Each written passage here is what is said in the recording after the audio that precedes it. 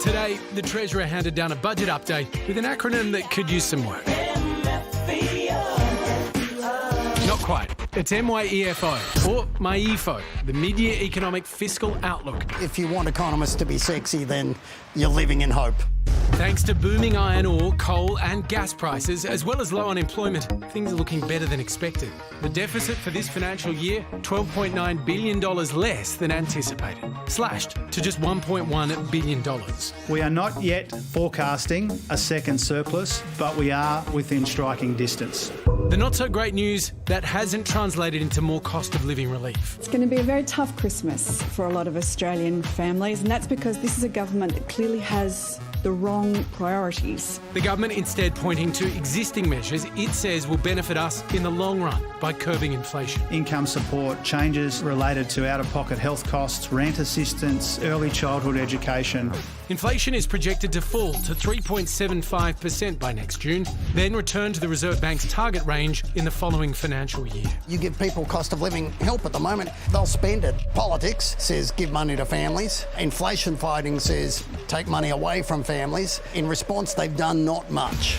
But Labor's quest to apply that downward pressure doesn't extend to the Stage 3 tax cuts, which economists say will inflate prices. Our position on the Stage 3 tax cuts hasn't changed. Our priorities when it comes to tax reform are elsewhere. I would point to them as an inflation risk. You know, the Reserve Bank trying to take money out of the economy to calm inflation down. Well, 6 months from now, the government's going to put a whole bunch of money into the economy, $21 billion. If we're still struggling with inflation at that stage, and I hope we're not, then that's a problem. So, has the Treasurer got the budget balance right? Well, let's ask him. Treasurer Jim Chalmers joins us now. Treasurer, we're almost $13 billion better off than expected. So many Australians are struggling right now. Why couldn't you find any cost of living relief? Oh, well, first of all, we are rolling out cost of living relief at the moment. We budgeted for that in May. And we'll consider it again in the next May budget, taking into consideration the economic conditions and the budget pressures at the time. But we are rolling out some substantial cost of living relief. But really the overall objective of the budget update today was to get the budget in much better nick, because the biggest challenge we have in our economy is inflation. One of the ways that we can put downward pressure on inflation is to run a really tight ship when it comes to the budget. Not at the expense of that cost of living help, not at the expense of investing in the future of the economy, but making sure that when the budget is in much better nick, we're not adding to this inflationary problem that we've got. You're saying, you're making a very clear justification there for not giving more help. And I know that a lot of people really need that help right now. And yet you're holding firm to this promise that someone else made under very different circumstances to people on hundreds of thousands of dollars, the Stage 3 tax cuts. We've heard 1,000 times the reason why you're sticking to them, so we don't need to hear that part of it again. But can you see why for many people copping the impacts of inflation, sending all of that money back out into the economy when that comes in doesn't seem to make sense right now? Well, first of all, Hamish, I do understand that those tax cuts are contested and that people have a view about them, and I welcome people's feedback about all of our policies and all elements of the budget, and I mean that very genuinely. Those tax cuts are legislated to come in about 6 or 7 months' time. And what we've been able to do in the interim is find a more effective way to provide more help to people on low and middle incomes. So if you look at those 10 different ways that we're trying to ease the cost of living pressures that people are facing, you look at that $23 billion package, a lot of that is targeted to people on low and middle incomes. What we've been able to do there is to make sure that we're helping people who need it the most, the people who are doing it toughest, because we do acknowledge that these are difficult times for a lot of people. We do more than acknowledge that, we act on it. And part of that is making sure that we can provide this cost of living relief at the same time as we get the budget in much better nick.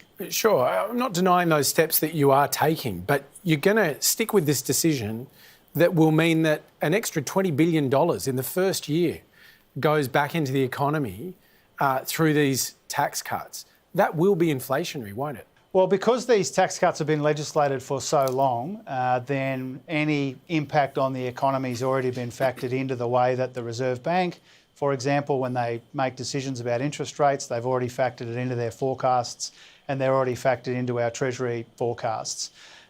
So the figures that were released today around inflation tracking down over the next few years, that takes this into account, you're saying, therefore it's justified? Well, it does take it into account. And certainly the Reserve Bank, certainly the Treasury takes into consideration these tax cuts which were legislated some years ago. Sure. My job really is to recognise that people have got a range of views about those tax cuts, but more than that is to make sure if you look right across our budget that we're helping the most vulnerable people, and we are.